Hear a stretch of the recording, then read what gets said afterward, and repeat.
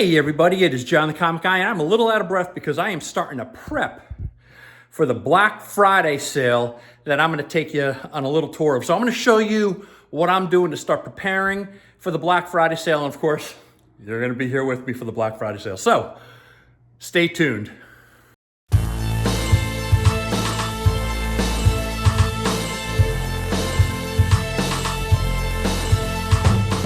So all of the boxes that were in here are cleared out, and I'm now in the middle of bringing these boxes up. So I'm going to take them up and I'm going to show you where I'm putting them in preparation for Black Friday. So as you can see, I'm starting to stack them up here.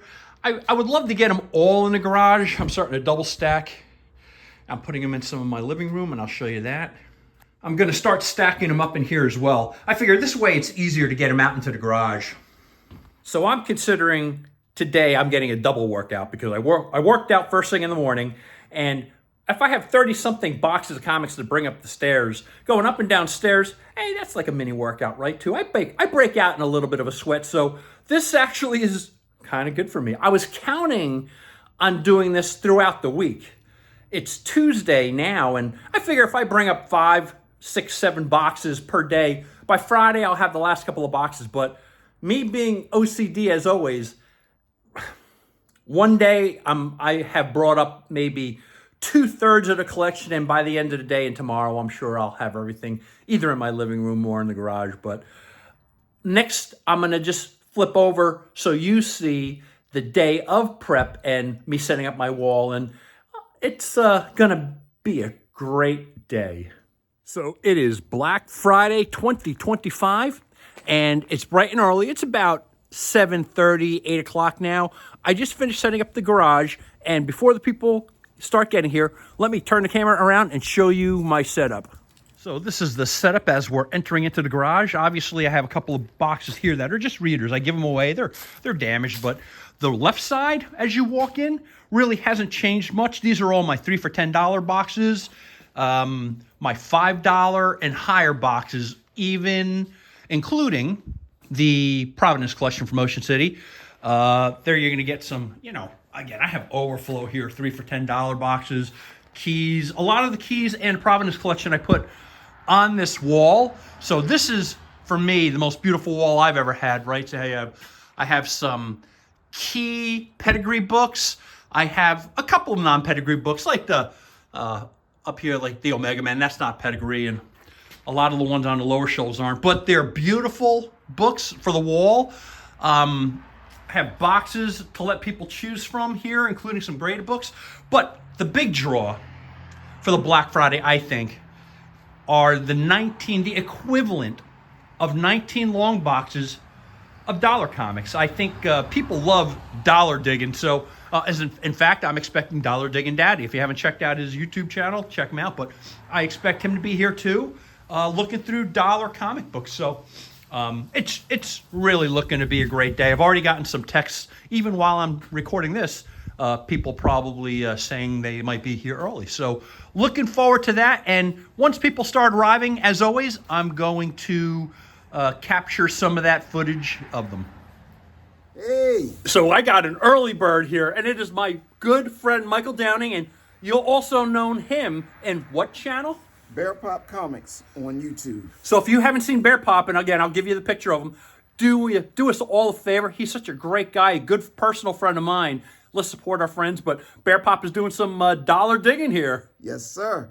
This is my supplier. He's the only comic book shop in the South Jersey area right now. So if you're in the area, you need to come by here and see this man, because you ain't going to get him no place else. Thank you so much. Bear Pop Comics, everybody. Look him up. Everybody, so Michael has finished shopping, and I love it. What a stack! Handful, healthy. But it's a beautiful thing. Michael, you have a fantastic day, and thank you so much. You too. Enjoy, all right? Enjoy.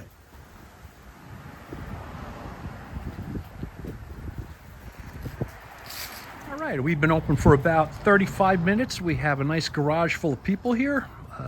Already got some great sales and a lot of people digging in dollar bins.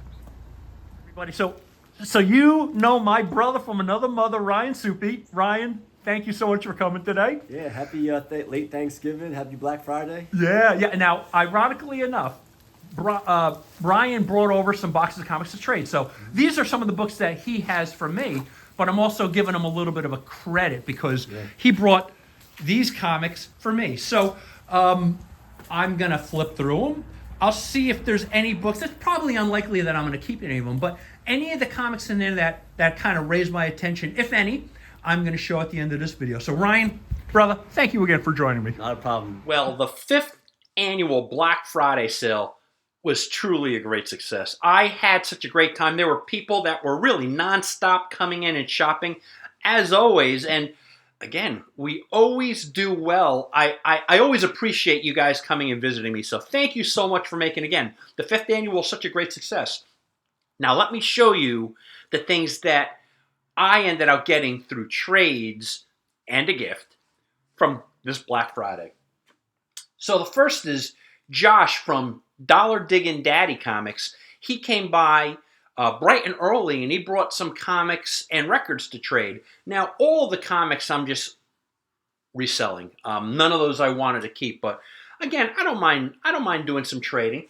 And I traded him a lot of new books, and in return, he traded me some lower grade Silver and Bronze Age books. And again, that's just better for my clientele. But the records I'm keeping, and there are 2 of them, I did not have yet for my own collection.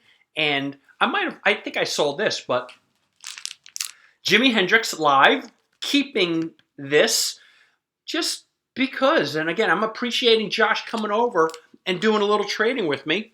Jimi Hendrix, and I really love this. Ted Nugent, Double Live Gonzo. Ernie and Jackie Schultz, at the time Jackie Brown in grammar school, it might have been 4th grade, but I remember we were talking about Double Live Gonzo. That was right around like Cat Scratch Fever came out, but anyway, this guy is wild. I particularly appreciate Ted Nugent when he's playing with Damn Yankees, because I think you guys know I'm really a big fan of Jack Blades and Tommy Shaw from Night Ranger and Styx, respectively. So really, really great stuff. The other trades that I got were really me giving credit to Ryan Soupy. So Ryan Soupy has told me he had about 8 short boxes of comics, and again, none of these were particularly valuable. He even said that, John, these are going to go into your bulk inventory. But again, I'm always good with upgrading and refreshing my inventory. So now I'm gone from like 30 boxes to 38 boxes. I'm fine with that, right? I'm good with that. Krista may not be so good with it, but it's more inventory. And I gave him credit for future purchases, and half of which he used up on the Black Friday sale. It's great. But I want to share first, before I show you the ones that I'm keeping for my own collection, these are the ones I think are most notable that I found interesting that I have not yet seen before. And these are going into my for sale, but I just haven't seen them before. The first is Sirens from Boom Comics. Little George Perez art. I haven't seen that. Brand new to me. I was, looks pretty good. But again, Sirens #1 from Boom. And it's funny. Boom Comics and IDW. They do pretty well with me. They come out with a good product, so no doubt. The next I had in these boxes were 2 copies of Batman 608, but the New York Post exclusive. Again, not super valuable, certainly not as valuable as the first printing, but I've never seen the New York Post giveaway, so happy to add those for inventory in case people are being completist about it. Then these 4, it's issue #1 and issue #2 of the Superman Beyond 3D. I never saw that before. 3D comics interest me. It's like putting on those funny glasses, the red and blue glasses, and things kind of pop out to you. And all 4 of these issues, not surprising, right? They're not that old, but I'm glad to say all 4 of these have those 3D glasses, those funky 3D glasses or still in them. So these are complete. Again, the Superman Beyond 3D issues number 1 and issues number 2, different covers, all complete with 3D glasses. Next, pop these over here. Next, while low grade, and it's funny, these books, these are just books that Ryan just didn't really want, right? He's a big Spider-Man fan and Spider-Man related. So a lot of these ended up to be lower grades, and I had to go through each and every bag because sometimes they were in the bag and board, and then they were a little, they needed a pressing. But this one, while not valuable, I like it. It's the first Her, right? You know I have that first Fantastic Four issue with the first appearance of him, who becomes Adam Warlock. This is the first appearance, which is a homage cover of the first appearance of Her. And a Marvel 201 number 61. Saw that, and it's like, hey, you gotta love that. The next is these titles always are asked for, right? I get whether I'm on a Whatnot show or in person. People ask, do you have these? And this is the first time I ever had these, right? They're newer books, me getting them in a collection. Sometimes it happens, sometimes it doesn't, but Hero-gasm. So this is Hero-gasm number 5 and 4. So Hero-gasm 5 and 4. First time I have these available for sale, so I'm going to put them out, or I'll give them to Joe from Pork Roll Toys and Comics, and maybe he could sell them on one of his Whatnots. But also, my first copy of The Boys ever. This is issue number 33. So I just never had any of these books before. So happy to add them. Right? Again, none of these are groundbreaking books. None of those I'm keeping, but just worth noting, and I'm happy to have them added to inventory. It kind of gives my inventory a little depth. It's funny. I had some new books for sale, but I think most of you guys know, it seems like the majority of books that at least I have in my garage when people are shopping, if they're like the 3 for $10 or the $5 and higher, they're older. They're typically bronze, silver, and even some golden age. And one of the clients was like, wow, you're actually getting some newer books. It's like, I don't expect the newer stuff from you. It's just, right, I acquire the older stuff typically. That's what I'm always seeking out. So I'm having a little bit of balance added into. I have some newer books to accompany all of my older book stuff for sale. Now, before I share the books from Ryan Soupy's collection that I'm keeping, I wanted to share this because he gave this to me as a gift. I was so appreciative of it. He knows I like skull covers, and I don't keep all skull covers. Truth be known, I'm pretty discerning, right? I want my skull covers to be great. This is a nice one. I like Swamp Thing, so I'm passively collecting the title anyway, with certain issues. Certainly like Swamp Thing number 1, I'm so happy to have. But this issue, which is number 56, does have a beautiful cover. The blue stands out so nicely from the white skull. I really like it. So happy to add this one. Ryan, brother, thank you so much for giving this to me. I appreciate the gift. I always appreciate that. And these are the ones that I'm going to keep from those 8 short boxes. The first, Sushi number 5. This is an adults-only underground book. I don't have a lot of this. I have a run of Cherry, that underground book, and not a lot of others, right? In fact, when I had my attempt at publishing, I actually created the title Stiletto, and Stiletto was an underground book. So I do have appreciation for underground comics. So when I saw Sushi number 5, it needed a press. It pressed out beautifully. I decided I'm going to keep it. So this is issue 5, and the inside, as you can imagine, for an underground comic, is pretty explicit. The next is another title that I passively collect, needed a press, Scary Tales number 15, right? You've seen me show off a couple of issues, right? I have issue number 1. When I get them passively in a collection, unless they're a total train wreck in condition, which this is not, right? It needed a press, and it's low grade. This is probably a 4.0, but I'm going to keep it, and I'm happy about this one. Then next are a couple of issues. So it's actually 1, 2, 3, 5 issues that I like in my run.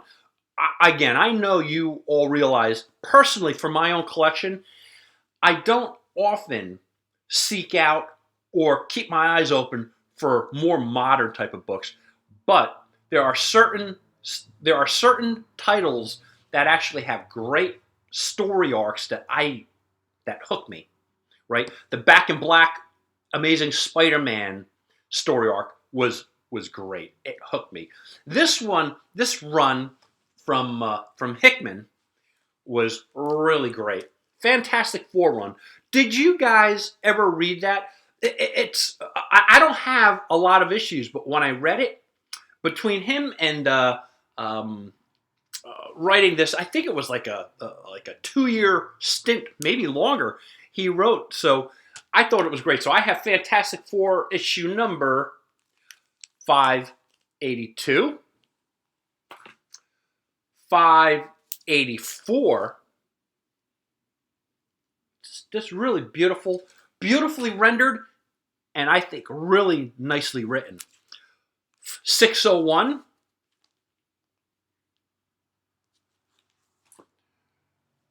605. And Fantastic Four 609. So really some great writing from John Hickman. There are certain runs that I like, and his is one of them. I also noticed, and I will tell you, again, comic books are obviously a visual medium, right? I love sequential art, but the covers, I have been observing how much I like, even though I don't keep them all. I'm going to keep these, but I don't keep them all. But Fantastic Four covers really are beautifully rendered. They're dynamic. So again, as I flip through them in boxes, and even as I flip through them in my inventory, I get tempted to keep them because they're just beautiful books. So really, really nice stuff. Last but not least, 2 more. I was happy to see this. This is The Conqueror Worm. The Edgar Allan Poe story, The Conqueror Worm. I'm keeping it, while Edgar Allan Poe is obviously a classic. Obviously. I love it because one of my favorite horror artists render it. It's Richard Corbin. I saw that. I go, Richard Corbin? So I'm keeping that. I have never seen this before. So this is the first time I ever saw this. Delighted to add this to my own collection because I'm just a Richard Corbin fan. So I think this is a one-shot, right? From Dark Horse. Beautiful. Last but not least is a book that I saw. It's an adult book.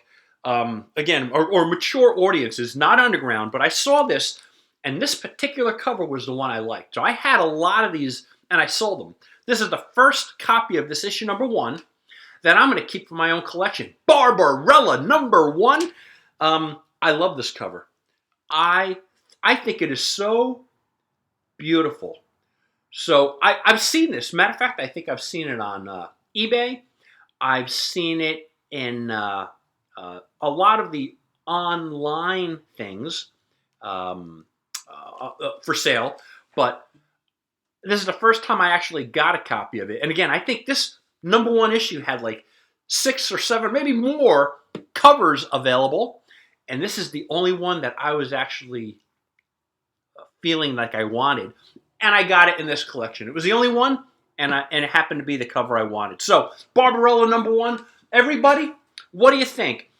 If you came to the 5th annual Black Friday sale, everybody, I want to thank you so much. It was great to see you all.